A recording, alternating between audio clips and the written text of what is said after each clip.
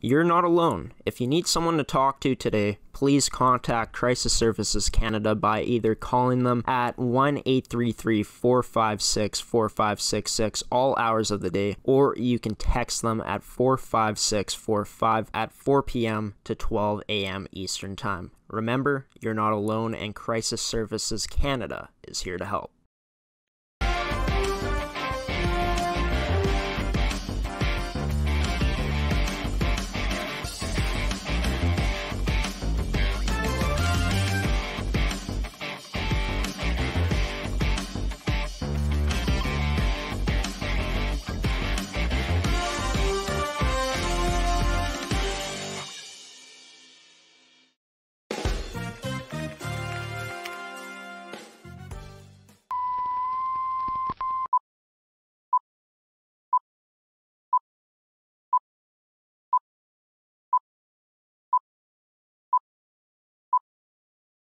Good morning and welcome to this edition of Coffee with Graeme on ASTV Productions. I am your host, Graeme Forsyth. Today's episode is brought to you by Anada and Fabricland Winkler. Thank you so much for tuning in to this episode here on Coffee with Graeme. It's another edition of us doing Manitoba-based coverage on our Thursday episodes, and in today's edition of the show, we're only going to have one guest joining us from the MFHL, head coach of the Winnipeg Avros, Ashley van Aggelen. Ashley joined me today to talk about the regular season this team had, their experience playing in the outdoor classic game against the St. Mary's Academy Prep Flames back in February, and then we also dive into just what the expectations are for this group coming into next season with the returning players that they have. This team is only losing 4 players this season coming into the 2021-2022 season. We talk about the forwards, the defensemen, as well as the 2 goaltenders they have coming back in Jenna Gordson and Yanina Karitonovich. All that coming up on this edition of Coffee with Graeme with head coach of the Winnipeg Avros, Ashley van Aggelen, here on ASTV Productions.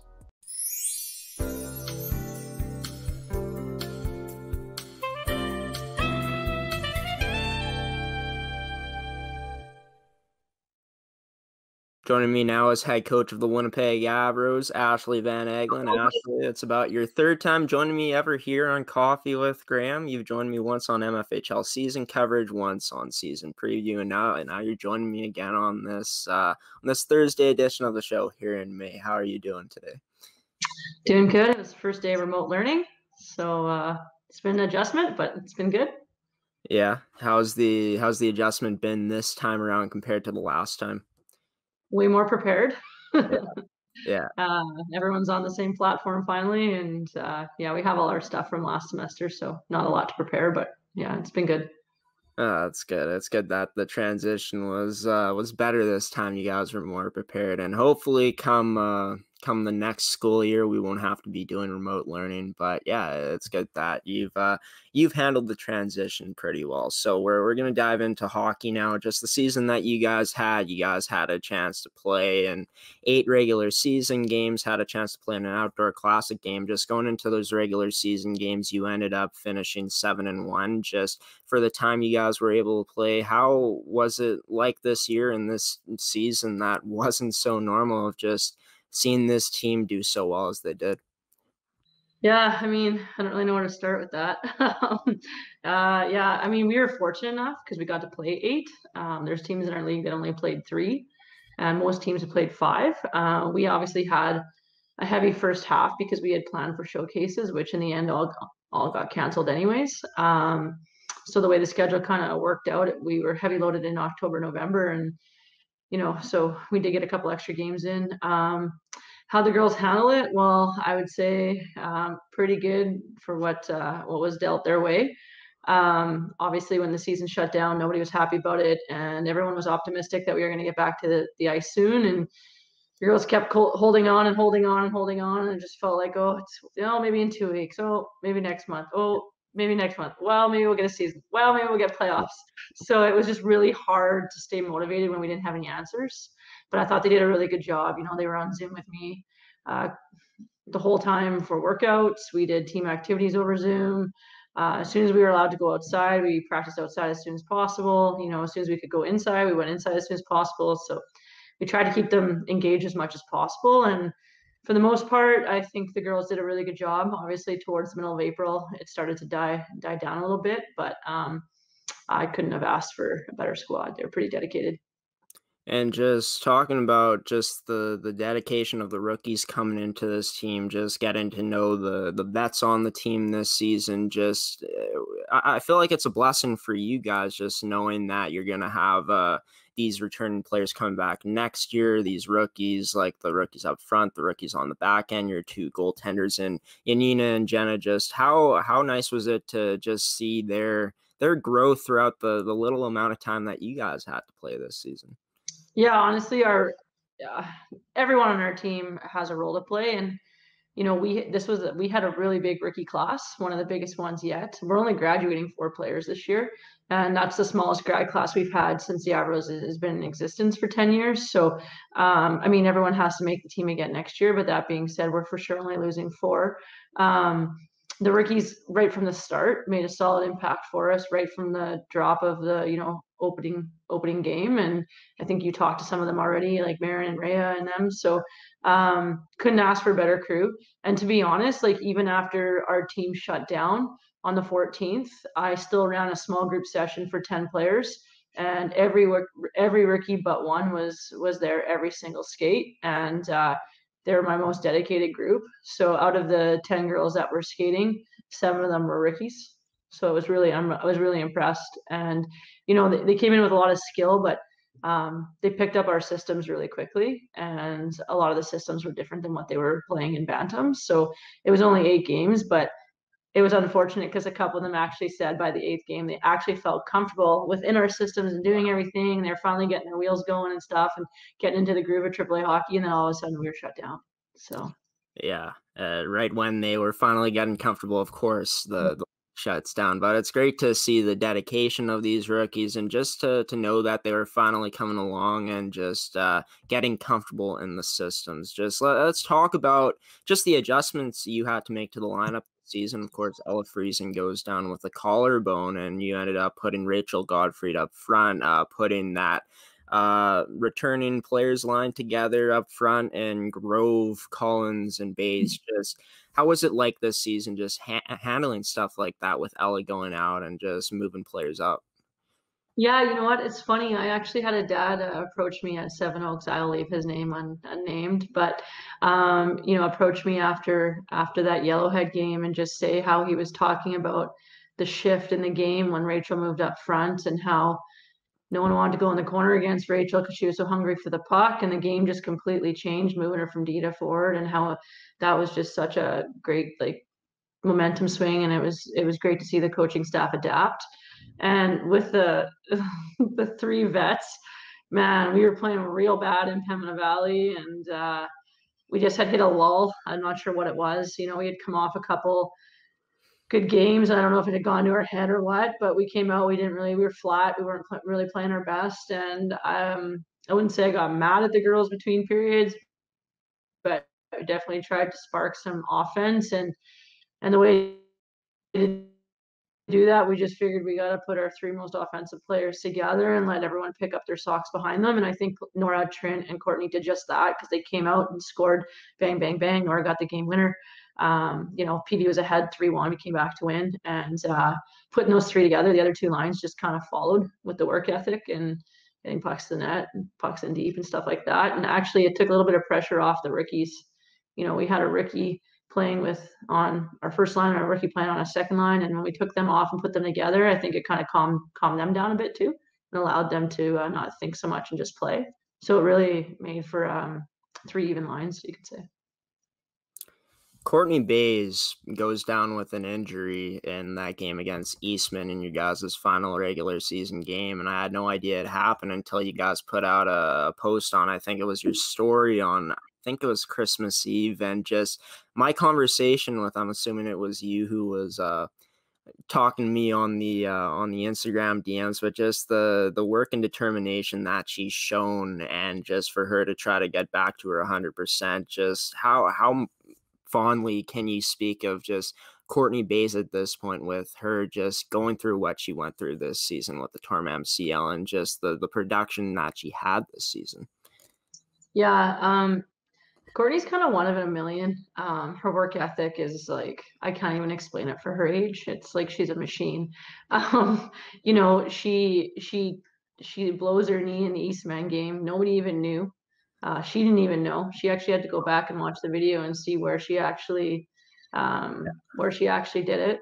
And she practiced the next day. And it wasn't, we played them on a Wednesday. She practiced the next day. She said it kind of felt sore, didn't say anything to anybody. And then by Friday morning, it had blown up like a football. And she was going into the doctor to get checked out. Next thing you know, like, it's bad, it's flipped, so she needs surgery. We don't know what kind of surgery it's going to be until she sees the doctor, how invasive it's going to be, when it's going to be. And Courtney's mentality, for the most part, I think she handled herself really, really well. And she was so driven and so focused before the surgery to keep herself in such good shape. And her surgery wasn't supposed to be until January, but she got in on a cancellation and actually had surgery. I think it was Christmas morning. It was either Christmas Eve or Christmas morning. It was pretty invasive, and we weren't expecting her back at all this year. And she was back skating on the outdoor rink with us, no contact in January. Or when was that? February. Yeah. So yeah.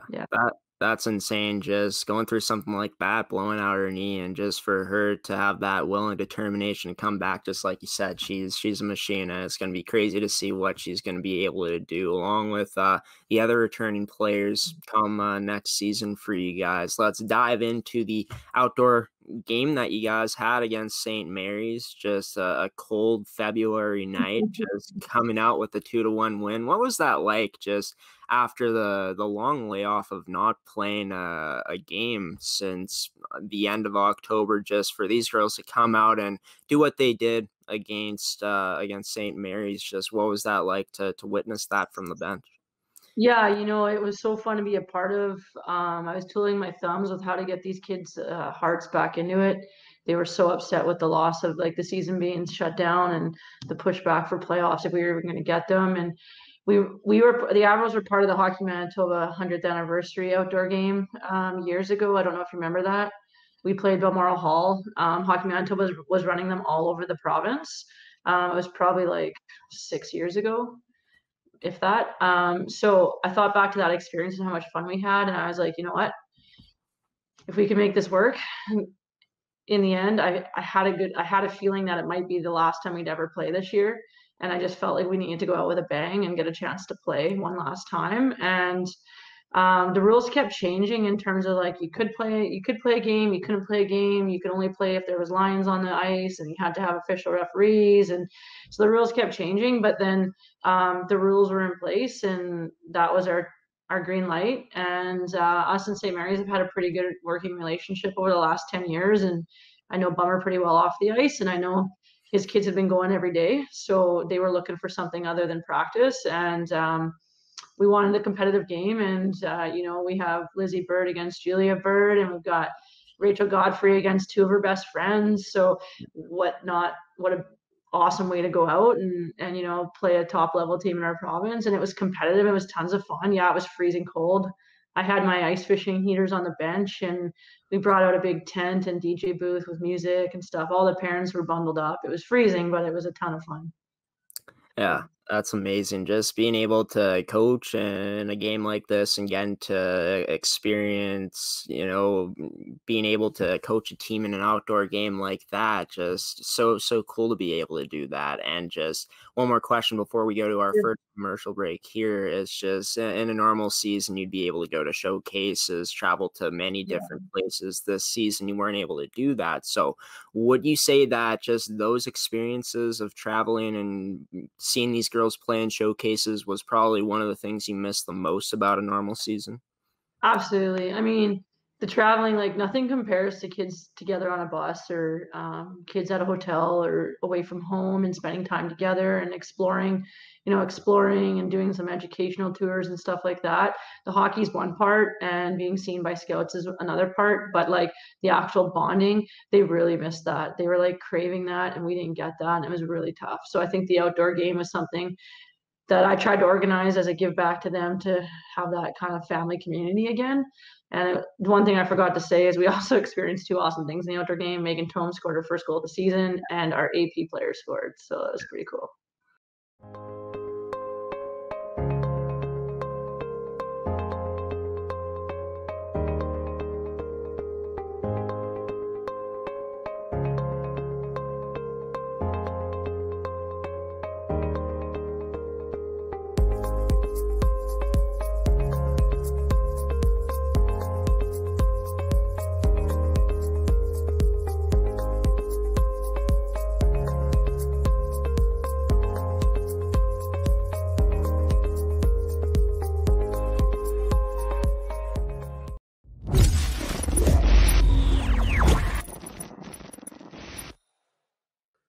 Back on this edition of Coffee with Graeme with Avros head coach Ashley van Aggelen. I've just been talking to Ashley about the season that the Avros had this year and the games that they were able to play. Dove into just Courtney Bays and just her determination, and just talked about the outdoor game that they had as well against St. Mary's back in February. So just let's look ahead to next season now for this Winnipeg Avros team. You guys came off a season this year from last year, just making it all the way to the finals back in 2019-2020. You did the same thing in 2018-19, making the finals this season. Best team in the league while playing 8 games. And now this season coming up, you're losing a player like Trinity Grove, players on the back end like Rachel Godfrey, Madison Smith, and Kyler McLeod. How optimistic are you going into next season with this group and just looking to add talent to this group as well?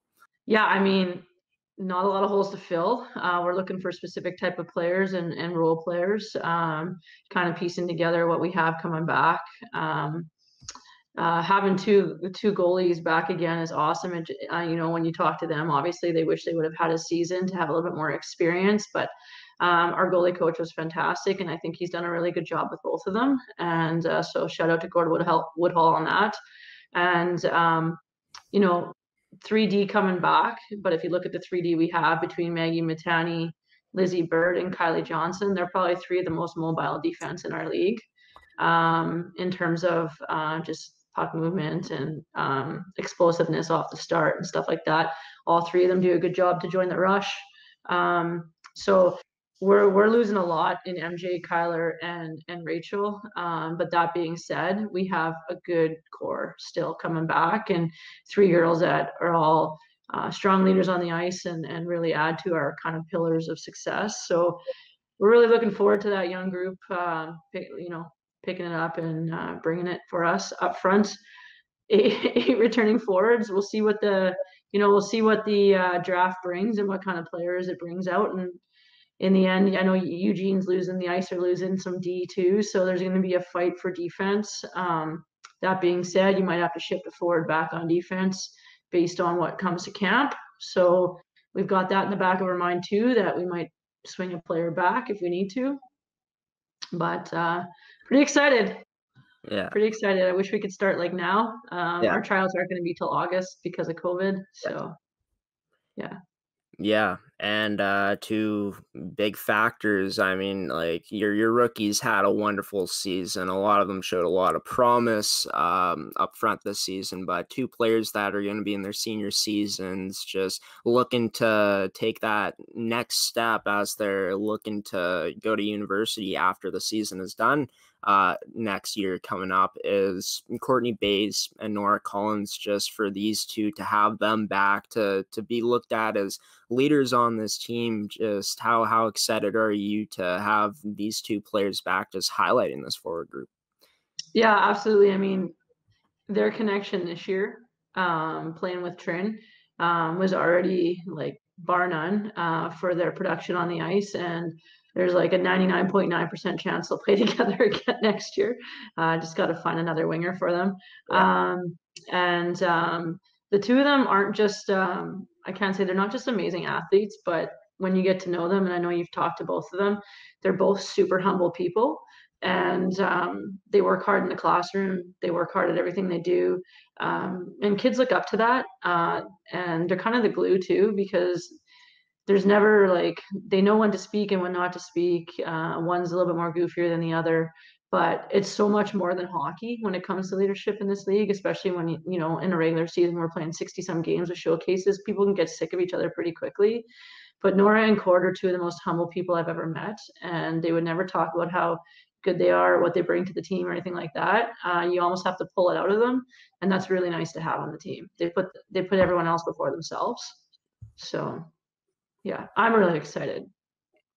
Yeah, it's going to be awesome. I mean, you see, like, Collins put up a point per game this season, and then for Courtney, she was second in the league in points. She had I think one more point on your guys' website, because I think like the MFHL's website misses some stuff, but still two terrific players having great seasons this year for you guys. Let's dive into the back end for you guys on defense. Just, of course, Liz Bird, Maggie Matani, and Kylie Johnson coming back next season. Just looking at the time Elizabeth had to develop this season on the back end, just how much promise do you see in her making it into her second year of the league come this season coming up? Yeah, absolutely. Also, the point thing, it's probably just because she got a point in the outdoor game. So it was probably including the exhibition points. That's probably why it wasn't on the league website. But as for Lizzie, yeah, I've told Lizzie exactly where I think she stands in this province, and I think she's top three, if not top 2D in our province. You know, she was injured during tryouts, so I know the ice had already seen her play because she came through Fort Garry, but I lucked out with that one. Like, I only needed the one defenseman, and to add a player like Lizzie to our team. I just felt like we really lucked out in the draft, and I've told her straight up, like, you could be the best D in the province for your age if you want to be. And she's been super receptive, and she always asks, like, what are the things she should be working on. So even after our last skate this year, she wanted the little list of things she can work on over the summer to get even better. So we have some little things in her game we'd like to see improve. But as a first year player, like, between her speed, her physical play, she's so smart with the puck. I mean, I think her highlight goal was the end-to-end goal against Eastman in the opening game. But she's like above. There's a lot of promise there, and she's gonna have a big role on our team next year as a second year player if she makes it. So moving back into your guys' forwards, a question that I've been meaning to ask you is just Annika Russell just scoring in that outdoor game against St. Mary's. Just with you guys looking to add one more forward to that group going into the season coming up this year, just how nice is it to see that you had a chance to look at potentially one of the forwards that you could be bringing up next season, getting a chance to look at her in that outdoor game?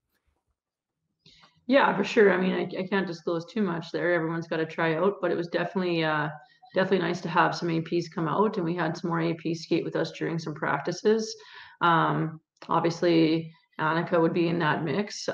In terms of our evaluation of the Bantam forwards, it's a good graduating group, and I know some of the prep schools are full, so there's going to be a lot of kids coming to camp, and I personally feel that Annika brought what she does best when she played with us, and when she's practiced with us, she competes at the level we need her to compete at, and she's willing to learn, and she's a super smart kid both on and off the ice. So personality wise, she'd fit in with us really well, but we never know how the draft's going to work or what comes to camp, and we're only looking for one, so it's going to be interesting. Yeah.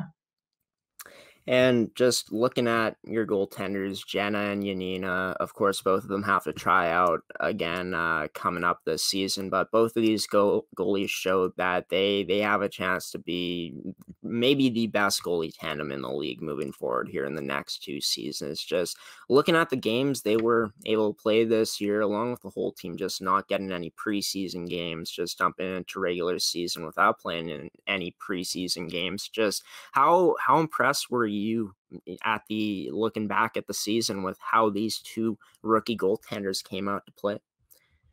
Yeah, I mean, that could be like put on their shirt, like, I come to play. Both are super dialed in. We've talked a little bit about their play before. So both are super dialed in, both really want it. It's actually interesting. I did find out towards the end of our season that even though Yanina's a 2023 grad, so she's an 05, she's going to graduate from high school early. Yeah. So we're only going to actually, if she makes the team, we're only going to have her for one more year. So, Wow. so even though she could play 2 more years in our league, she's only going to play 1. So she's looking to graduate early, and she's got the credits in school to do that. So her and Jenna will probably only be together for 1 more year if they both make the team. And then we'll be looking for a goalie to add to our squad when Jenna's in her 3rd year. So that came out of left field for me at the end of the season this year. I wasn't aware, but now I'm aware. So Yeah. we'll have to push her extra hard next year. Yeah, for sure. Well, thanks for letting me know. Yeah, that's crazy. That's nuts that she has a chance to graduate high school early. But yeah, just it's going to be exciting to see what both Nina and Jenna can do come the 2021-2022 season. Just how excited are you to see what type of expectations this Avros team is going to have coming into the season coming up this year? I'm super excited. I think our leadership group this year was fantastic. I think they set a really good example for the leaders for next year. We always talk about the pillars we're kind of based on, and one of those things is accountability. And that's one thing we always preach in our dressing room, to be accountable for your own actions on and off the ice, how hard you're working. And I think the accountability piece has really helped. And actually, we've asked the team to hold each other accountable as well. So, if someone's lagging or not putting in the effort, girls step up and say something, and it's actually receptive. So, or the girls are receptive to it. So that's been really good. And so the accountability piece, the hard work piece, and then the family piece. And I think we have a really good mix of players to fill all 3 of those pillars. And I mean, we always have the same expectation. For the last 4 years, we've been 1 or 2 in the league, and that's where we want to stay. So that'll be the expectation, is to stay at the top. And it's never easy to be there because everybody has your number and wants to play you hard every night. And it's really hard to stay there once you get there. So it's finding that mindset and that compete level every day and every night to stay there. So.